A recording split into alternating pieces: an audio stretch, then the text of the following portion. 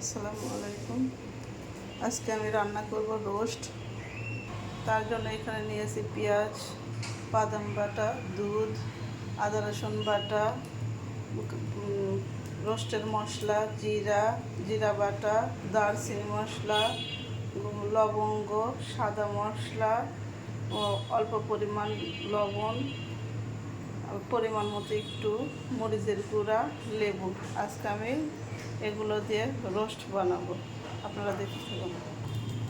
এখন কড়াইয়ে দিয়ে দিলাম পেঁয়াজ,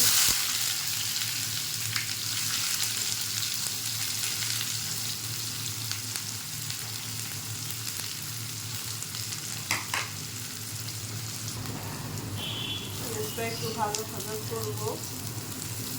পেঁয়াজটা যখন লাল লাল হবে তখন মশলাগুলো ঢেলে দেবো। পেঁয়াজটা আমার ভাজা হয়ে গেছে। এই পর্যায়ে দিয়ে দেবো শুকনো মশলা, তারপরে একটু নাড়া দেবো।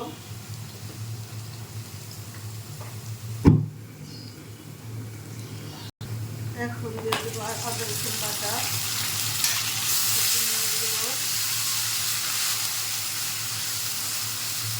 এখন দিয়ে দেবো মশলা, শুকনো মশলা,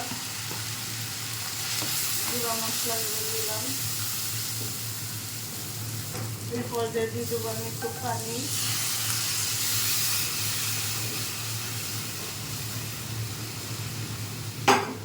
এখন দিয়ে দিলাম লবণটা। আমি এখন ঢেকে দিলাম মশলাটা কষানো হওয়া পর্যন্ত। এখন আবার মশলাটা কষানো শেষ, আমি দিয়ে দেব মরিচ।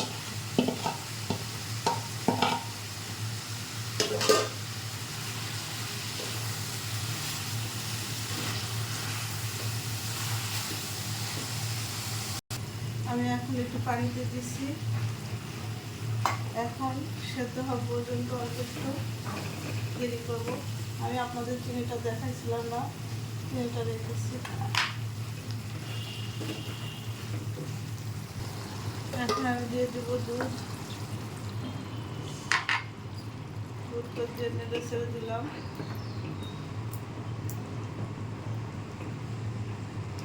এখন দিয়ে দেবো বাদাম বাটা,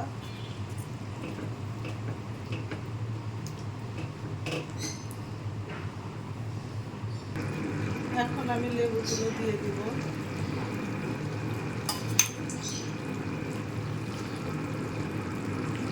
লেবুটা দেওয়া হয়েছে, আমি এখন চিনিটা দিয়ে দিলাম।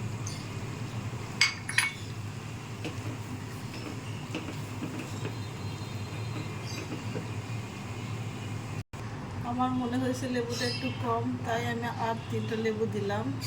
আমি টক দই ছাড়া রান্না করতেছি, এই জন্য লেবুটা একটু বেশি দিব, তাহলে মজা আসবে। এই পর্যায়ে দিয়ে দিলাম কয়েকটা কাঁচামরিচ। এখন আমি দিয়ে দেবো পেঁয়াজের পেস্টটা। আমার রান্নাটা শেষ।